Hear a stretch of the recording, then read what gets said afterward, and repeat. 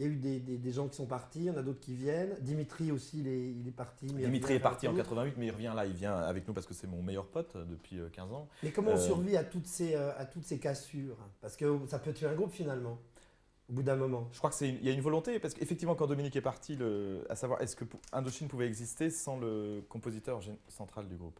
On a tout de suite fait, tout de suite après la cassure de Dominique, on a tout de suite 2 petits concerts privés à Paris pour voir si Indochine pouvait exister, pouvait encore tenir un peu, et qu'il y avait une sorte enfin que les guitares pouvaient être remplacées par un autre guitariste. Personne n'était remplaçable. Et donc les cimetières en sont remplis, mais bon. C'est ça. Et donc on a vu que ça tenait bien. Et puis Stéphane et moi, on n'avait pas du tout envie d'arrêter. C'est-à-dire qu'un groupe, c'est une démocratie. Effectivement, quand tout le monde doit être d'accord, se plier à la démocratie. Mais c'est ça qui est difficile à tenir.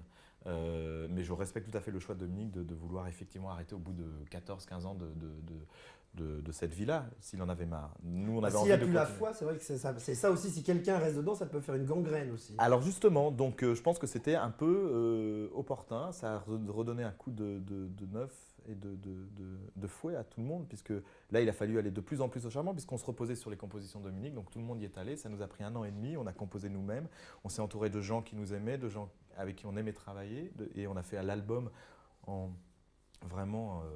Ça a été assez magique parce qu'on s'est retrouvés comme si on était un groupe de débutants, mais avec 15 ans d'actifs derrière, de professionnalisme. Donc on a pu effectivement explorer tout ce qu'on n'avait pas pu explorer.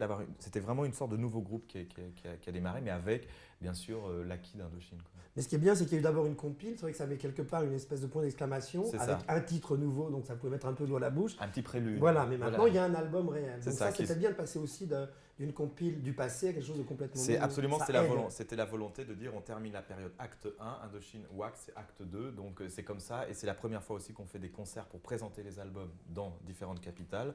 On arrive de Bruxelles, là aujourd'hui, on fait Paris là tout à l'heure, et puis on va peut-être se balader comme ça à Montréal pour présenter l'album. C'est le début du Wax Tour qui durera à peu près jusqu'en 97.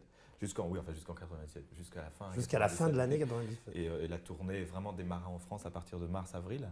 Mais c'était une volonté de présenter cet album sur scène. Bien sûr, il y aura des anciens morceaux, mais c'était pour montrer ce que Indochine est maintenant et que sur scène, ça existe toujours et que c'est là où est né le groupe et se terminera le groupe de toute façon. C'est ça que j'aime bien dans Indochine, c'est qu'il y a le noyau créateur qui reste et viennent se greffer des anciens membres. Ça fait plaisir aussi à pas mal de gens qui viennent nous voir. Enfin, il n'y a pas de phrase assassine, il n'y a pas de haine, il n'y a pas ces gens qui sont partis, qui ont envie de revenir quand ils veulent. La porte est ouverte. Ça reste quand même une bonne démocratie, comme tu disais au début de l'émission. Du moment qu'ils essuient les pieds avant de rentrer.